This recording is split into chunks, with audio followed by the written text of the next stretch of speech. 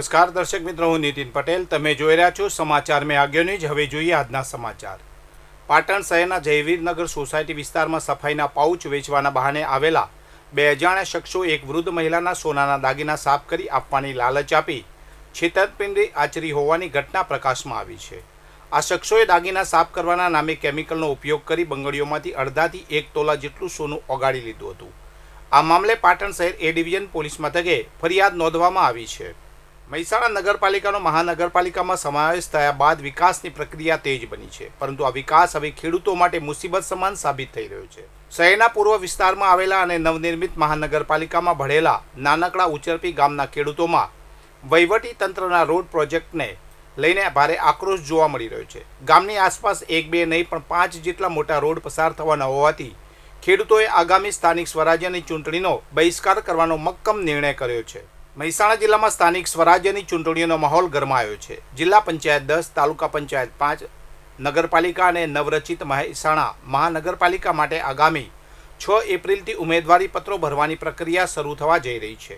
આ સ્થિતિમાં ભાજપ અને કોંગ્રેસ બંને પક્ષોએ એડી ચોટીનું જોર લગાવ્યું છે અને પોતપોતાની રણનીતિ સાથે મેદાને ઉતર્યા છે. મહેસાણા જિલ્લા ફૂડ વિભાગ દ્વારા હાથ ધરવામાં આવેલી એક વિશેષ તપાસમાં જાણીતી બ્રાન્ડના ગોળના નમૂના ગુણવત્તાના ધોરણો પર ખરા ઉતર્યા નથી.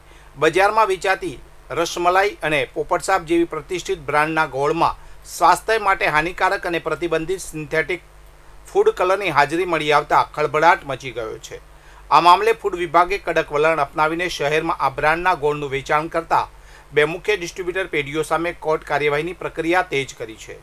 છેલ્લા 2 મહિનાથી જિલ્લા ફૂડ અધિકારી વિપુલ ચૌધરી અને તેમની ટીમ દ્વારા દેશી અને સફેદ ગોળમાં ભેળસેળ અંગે ગુપ્ત બાતમીના આધારે સર્વે કરવામાં આવી રહ્યો હતો.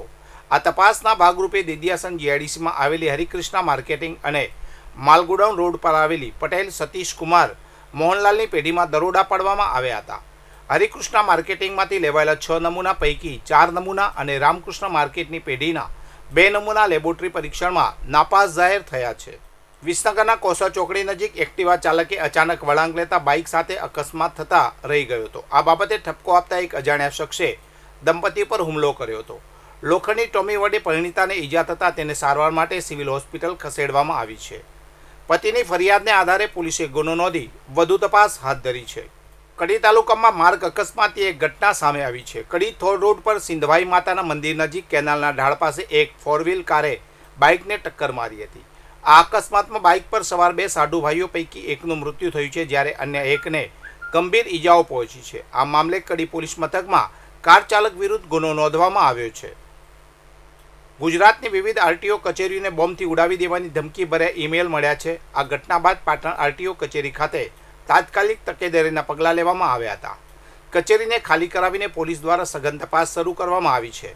પાટણ એલસીબી પીઆઈ આરજે ઉનાગરના જણાવ્યા અનુસાર અન્ય જિલ્લાઓમાં મળેલી ધમકીઓને પગલે પાટણ આરટીઓ કચેરીને સાવચેતીના ભાગરૂપે ખાલી કરાવવામાં આવી હતી. સુરક્ષાના કારણોસર કચેરીના કર્મચારીઓ અને મુલાકાતીઓને પરિસરની બહાર મોકલી દેવાયા હતા. વધુ સમાચાર માટે જોતા રહો સમાચાર મેં આગળ ન્યૂઝ. નમસ્કાર.